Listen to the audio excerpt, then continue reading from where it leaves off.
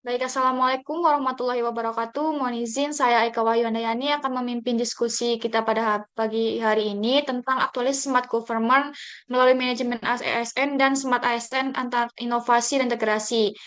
Di sini kita akan membahas dua topik. Yang pertama tentang work from home, yang kedua tentang korupsi penerimaan negara bukan pajak di KOSP Belawan. Mohon izin, kita akan menyaksikan sedikit cuplikan video tentang WFH. Bagaimana kebijakan pemerintah soal penerapan work from home 1 hari dalam 1 minggu hari kerja. Kita akan tanyakan langsung bagaimana update informasi terkininya bersama jurnalis Metro TV. Ada Anwar Fuadi langsung dari Istana Negara. Adi, selamat siang Adi. Adi, selamat siang. Jadi bagaimana perkembangan terkini soal penerapan WFH?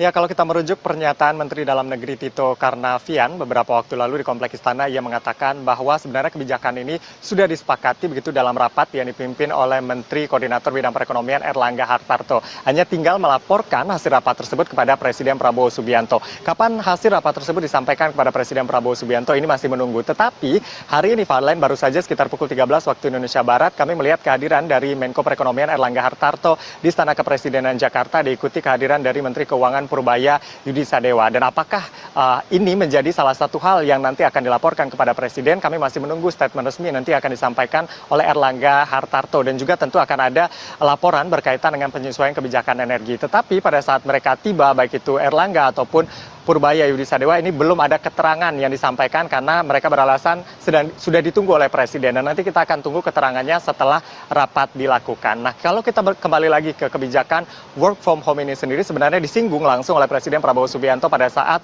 sidang Kabinet Paripurna terakhir sebelum Lebaran.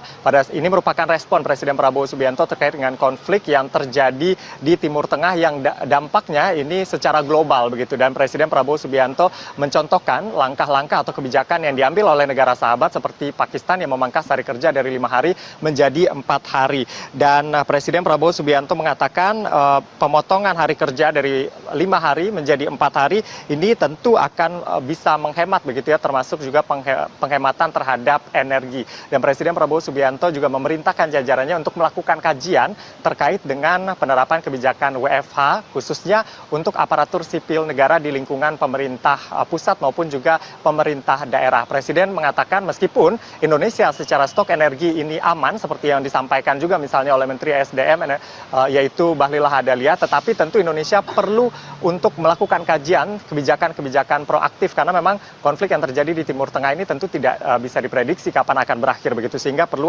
dilakukan langkah-langkah termasuk salah satunya adalah work from home ini. Dan kita masih menunggu begitu ya terkait dengan kebijakan ini kapan akan diumumkan. Baik, itu merupakan sedikit cuplikan videonya. Izinkan saya mengajukan pertanyaan untuk narasumber pertama. Kita mulai dari kajian WFH yang diterapkan bagi ASN selama 1 minggu sekali. Apa sih menurut Bapak tujuan dari kebijakan ini yang diterapkan oleh pemerintah? Oke, baik Mbak Eka, terima kasih kesempatannya. Saya akan menjawab pertanyaan dari Mbak yang dekat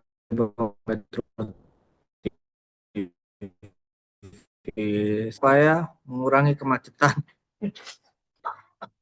menghemat konsumsi bahan bakar, minyak, serta meningkatkan efisiensi kerja, serta mendukung transformasi digital birokrasi, Mbak. Dan juga penerapan WFH juga diharapkan dapat menciptakan pola kerja yang lebih fleksibel, namun tetap produktif, Mbak. Baik, terima kasih Kak Lutfi. Baik, selanjutnya apa sih dampak positif dari kebijakan tersebut? Mungkin narasumber kedua bisa menjelaskan. Baik, terima kasih untuk Mbak Eka selaku moderator. Saya izin menjawab. Ada beberapa dampak positif ya yang kita tahu. Yang pertama yaitu mengurangi kemacetan lalu lintas, terutama di kota-kota yang besar. Yang kedua itu pastinya kita menghemat penggunaan BBM dan energi. Yang ketiga itu meningkatkan fleksibilitas kerja ASN, mendorong percepatan transformasi digital pemerintahan, mengurangi biaya transportasi pegawai, dan yang terakhir menciptakan keseimbangan antara pekerjaan dan kehidupan keluarga. Sekian. Baik, terima kasih Mas Prandika. Selanjutnya ada penanya nih tentang, namun tantangan tersebut ada dampak negatifnya. Kira-kira dampak negatifnya apa sih menurut narasumber ketiga? Baik Mbak Eka, makasih Mbak Eka. Jadi memang benar kebijakan WFA ini memiliki beberapa risiko yang dimana perlu evaluasi dan juga penanganan dari pemerintah sendiri. Yang dimana pertama pengawasan kinerja yang menjadi lebih sulit, koordinasi antar pegawai yang dapat terganggu, kemudian potensi penyalahgunaan waktu kerjanya sendiri. Tidak semua layanan publik dapat dilakukan secara daring, ya kita tahu. Dan yang terakhir adalah diperlukan infrastruktur digital yang memadai. Mungkin itu Mbak. Oke, baik. Untuk terakhir penantang nih, bagaimana sih kebijakan WiFi ini berhasil kira-kira? Ya, izin Mbak untuk menjawabnya. Keberhasilan WFH membutuhkan sistem pengawasan berbasis kinerja ya Mbak. Dan juga digitalisasi administrasi pemerintahan. Dan juga target kerja yang jelas dan terukur. Serta yang terakhir ASN yang adiktif dan memiliki kompetensi digital Mbak. Oke, terima kasih rekan-rekan semuanya. Selanjutnya ada kasus yang kedua yaitu tentang korupsi yang dilakukan oleh KSOP Belawan. Kita akan menyaksikan sedikit cuplikan videonya.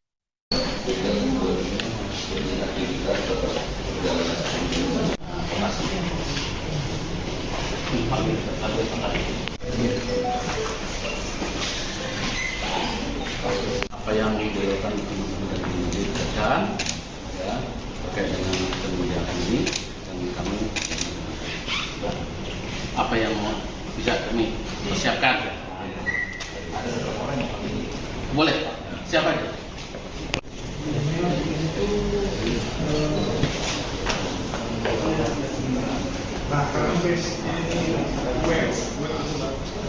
Hari ini kita benarkan pada hari Rabu tanggal 29 Oktober tahun 2025 Jaksa Penyidik Kejaksaan Tinggi Sumatera Utara dari bidang itu telah melakukan penggeledahan yang dilakukan secara serentak dengan 2 titik. Yang pertama ada di PT Pelabuhan Indonesia Regional 1 Cabang Belawan dan Kantor Kesah Bandaran dan Otoritas Pelabuhan Utama Belawan KSOP di Belawan. Dugaan tindak pidana korupsi terhadap beberapa jasa yang dipungut oleh dari PT Pelabuhan atau Pelindo, begitu juga KSOP. Bang, ada berapa lama tadi Bang pemeriksaan atau penggeledahan dilakukan Bang? Penggeledahan ini dilakukan oleh tim penyidik Pitsus di Kejati Sumet kurang lebih berlangsung sekitar 3 atau 4 jam. Bang, apa yang ingin dicapai dari penggeledahan hari ini Bang? Ada beberapa alat bukti yang akan menjadi alat pendukung pada saat pembuktian nanti.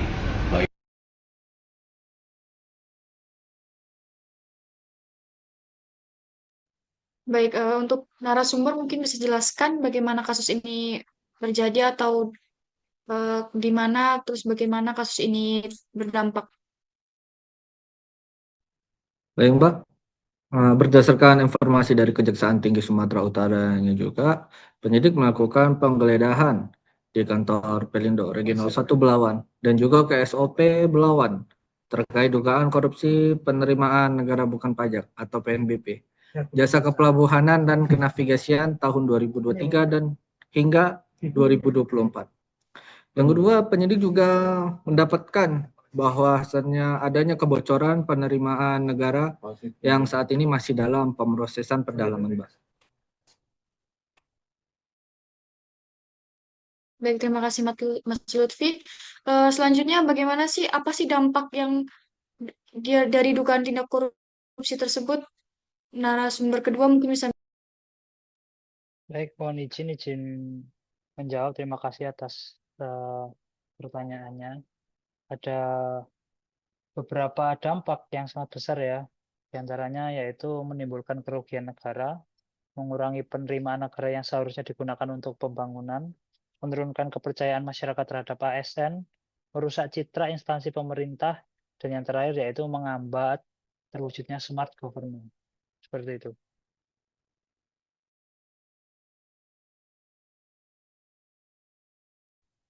Baik, terima kasih Mas Prandika. Selanjutnya untuk narasumber ketiga, menurut Anda apa sih penyebab praktik korupsi ini terjadi di lingkungan Kementerian Perhubungan ini kira-kira?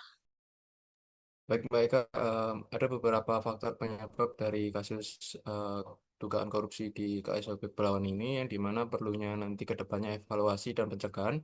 Yang pertama faktor penyebabnya itu lemahnya pengawasan internal, kemudian penyalahgunaan kewenangan, rendahnya integritas oknum pegawai, kurangnya transparansi pengelolaan keuangan, dan juga yang terakhir sistem pengendalian yang belum optimal. Mungkin itu coba. Baik, terima kasih. Untuk pertanyaan terakhir, solusi apa yang kira-kira cocok diterapkan atau agar kasus ini tidak terulang? Ya baik, mungkin solusi yang dapat dilakukan untuk tidak terulang lagi mungkin bisa dengan memperkuat pengawasan internal dan eksternal, mungkin bisa melakukan digitalisasi sistem penerimaan negara, lalu menerapkan transparansi dan akuntabilitas, memperkuat budaya anti korupsi, menerapkan nilai ASN beralak secara konsisten, dan memberikan sanksi tegas kepada pelaku korupsi.